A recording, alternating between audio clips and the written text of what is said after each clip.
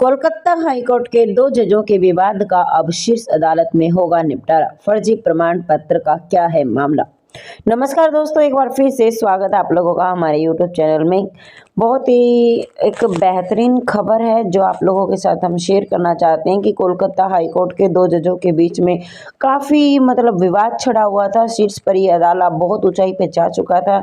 निपटारे के ऊपर अब फर्जी प्रमाण पत्र का क्या है ये मामला, अपनी वीडियो में डिटेल से बताने का प्रयास करेंगे। ये जो मामला DY चंद्रचूड़ की अध्यक्षता में हो रहा है और इस पर क्या DY चंद्रचूड़ ने क्या फैसला लिया है। CJI जस्टिस DY चंद्रचूड़ 5 सदस्यीय संविधान पीठ में पश्चिम बंगाल सरकार को इस मामले पर राज्य पुलिस की ओर से शुरू की गई जांच की स्थिति को रिपोर्ट दाखिल करने के निर्देश दिए। पीठ ने कहा कि हम रीट याचिका और लेटर जो स्टेट है उसके अपील की कार्रवाई के ऊपर अदालत का स्थानांतरण करते हैं।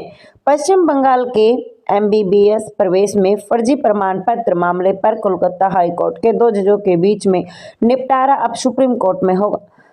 शीर्ष अदालत ने हाईकोर्ट की समीक्षा कर रहे कार्रवाई पर अपने पास स्थानांतरित करते हुए हमें न्यायाधीशों पर आपेक्ष नहीं लगाना चाहिए। CJI जस्टिस DY चंद्रचूड़ की 5 सदस्यीय संविधान पीठ में पश्चिम बंगाल सरकार को इस मामले में राज्य पुलिस की ओर से शुरू की गई जांच की स्थिति और रिपोर्ट दाखिल करने का निर्देश दिया गया। पीठ में कहा गया कि ये जो रीट है याचिका और लेटर जो पेस्टेड है उसकी अपील कार्रवाई को अदालत में स्थानांतरित करेगी। सुनवाई के दौरान पश्चिम बंगाल सरकार की कपिल सिब्बल ने दलील की कि एकल जज के इन मामलों की सुनवाई जारी रखेंगे और भविष्य में ऐसा करेंगे। तो पीठ ने कहा कि हम आपेक्ष नहीं लगाना चाहते, लेकिन आखिरकार हम एक हाईकोर्ट के जज के बारे में विचार कर रहे हैं।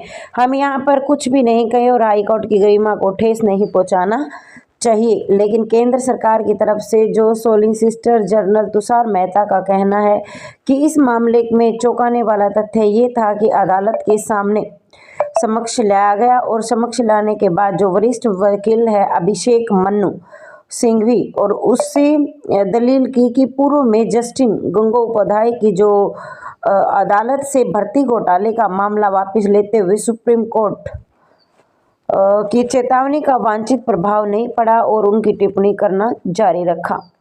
अभी ये बताया गया कि 52 प्रमाण पत्रों में से 14 जो है फर्जी निकले हैं। SSC और ST एसोसिएशन के वरिष्ठ वकील मनिंदर सिंह ने दलील के 52 प्रमाण पत्रों में 14 फर्जी पाए गए। सबिल में कहा कि अब तक की राज्य पुलिस ने 14 मामलों में से 10 FIR दर्ज की है और अदालत ने सभी पक्षों पर सप्ताह के भीतर अपने दलीलें दाखिल करने के लिए कहा है। तो पीठ ने राज्य के वकील से कहा कि हम FIR की गई जांच की स्थिति जानना चाहते हैं और इस मामले पर संज्ञान लेते हुए शीर्ष अदालत ने शनिवार को हाईकोर्ट के समक्ष कार्रवाई को रोक लगा दी।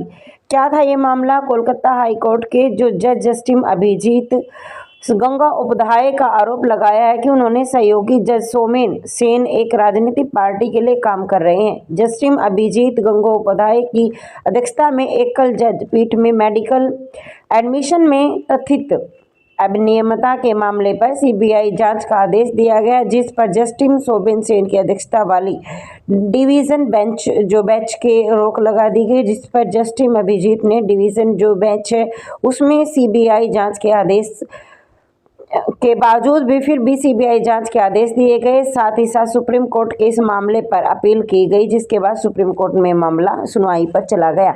सुप्रीम कोर्ट यानी जस्टिस गंगोपाध्याय ने सवाल उठाया था कि justice Somen Singh supreme court के कोलिजियम के साल 2021 में ट्रांसफर करने की सिफारिश की गई थी, लेकिन इसके बाद जो जस्टिस सोमेन सिंह अब कोलकाता हाईकोर्ट में क्यों है। जस्टिस गंगोपाध्याय जस्टिस सोमेन सिंह एक कथित निजी चैट का भी खुलासा किया गया, जिसमें उन्होंने जस्टिस अमृता सिन्हा को अपनी चैम्बर में बुलाकर कहा कि अभिषेक बनर्जी का राजनीतिक जो भविष्य है उन्हें परेशान नहीं किया जाना चाहिए। जस्टिस सिन्हा ने कोलकाता हाई कोर्ट के चीफ जस्टिस को इस मामले की जानकारी दी और कोलकाता चीफ जस्टिस के बाद इनकी जानकारी देश के मुख्य न्यायाधीश को भेजी गई।